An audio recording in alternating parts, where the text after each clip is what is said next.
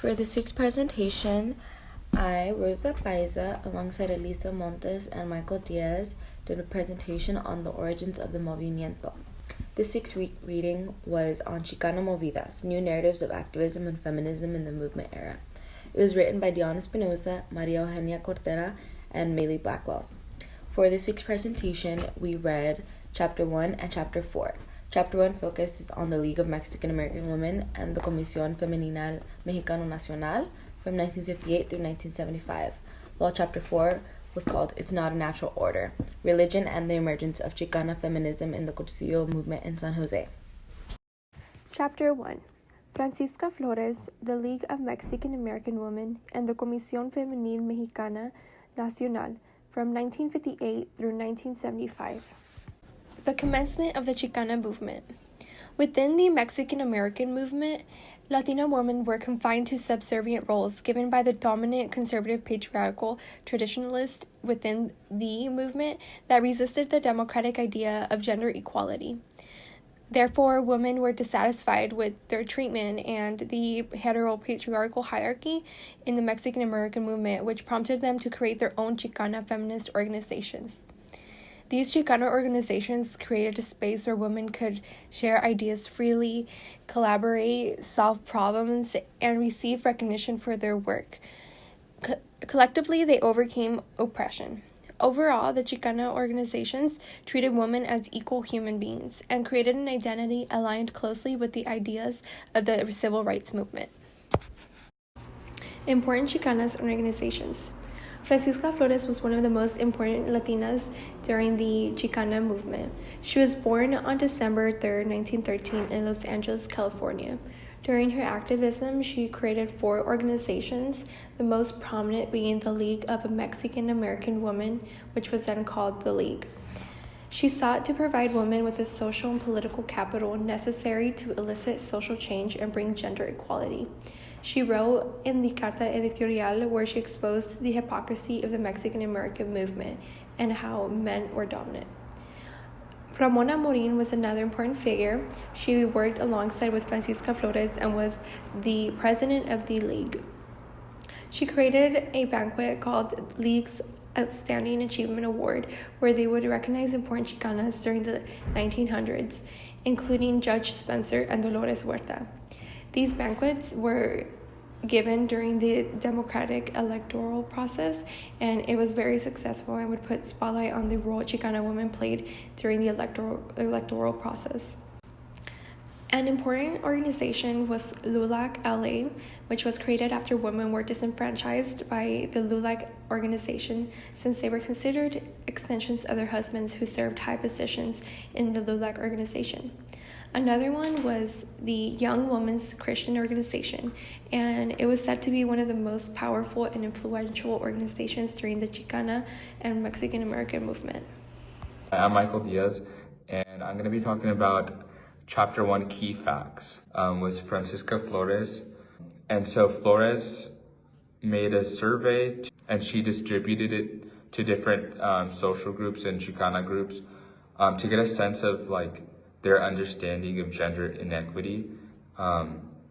And Flores believed the only real way to deal with the opposition of gender inequity was to organize a special Chicana political organization. And that's what she sought out with reaching out to all these groups of Chicana women. And so she had invited a lot of Chicana women from the group she had distributed the survey to, and they held a Chicana workshop on October 10th, 1970 in Sacramento, California. And so, this is when Flores brought together women activists. They established the League, CFMN, and CSAC. And essentially these organizations gave women the opportunity to gain executive, organizational, and leadership experience than other traditional organizations. These organizations really helped actually start the first Chicana movement, the feminist movement, and it really gave them the advantage and the confidence going in to help like overcome the oppression they were facing and really advocate for themselves and bring the change they always sought out. In chapter 4, we learn about how Chicana feminists have various ways in which Catholicism underpins the subordination of women and human sexuality within the Mexican American culture. And throughout this chapter, we really get a feel and understand 3 different spiritual narratives from 3 different Chicanas, who are Maria Oropesa, Jessie Garibaldi, and Fili Soto. And starting off with Maria, Maria is a retired social worker, mother of 1, and a writer and a poet.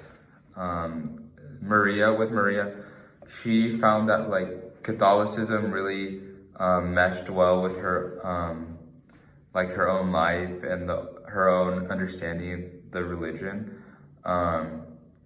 And she felt like she was supposed to be Catholic and it was all she was been searching for.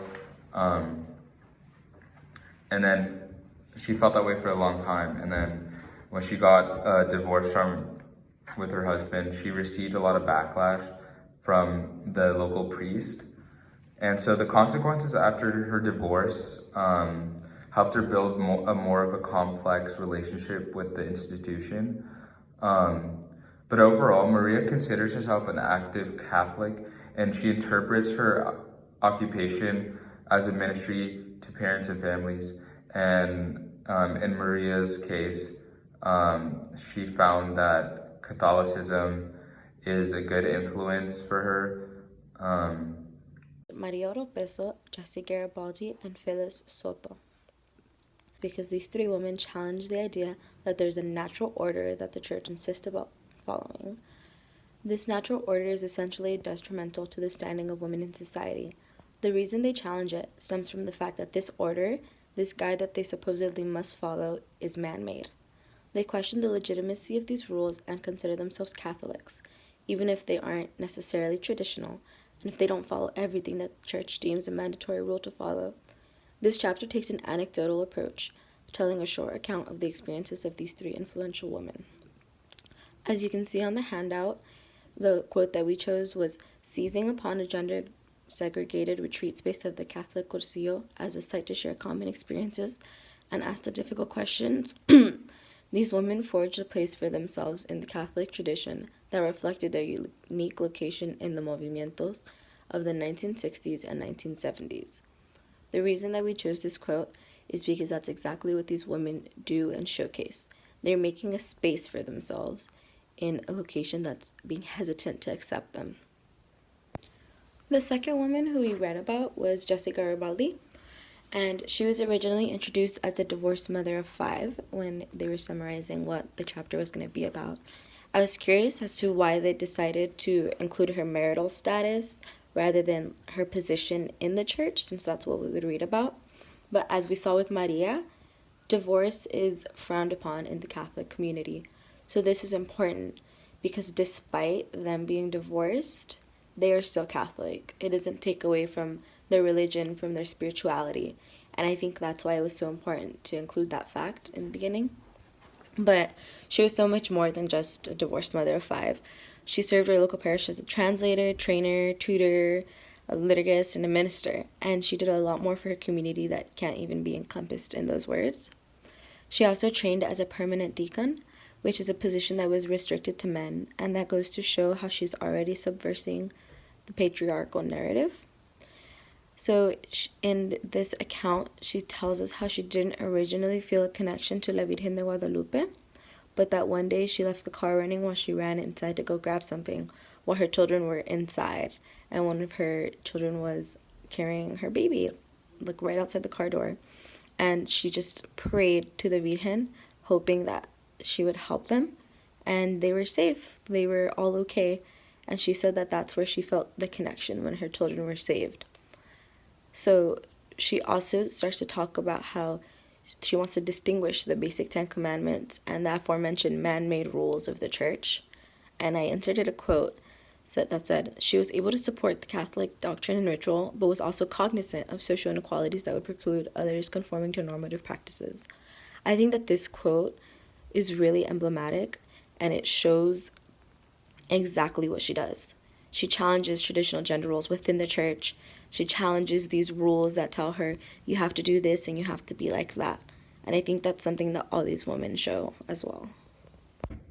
I will be talking about our timeline for our presentation.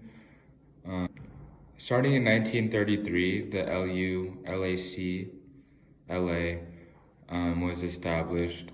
In 1958, the establishment of the League of Mexican American Women had started, and it really started giving a rise to like Chicana advocacy.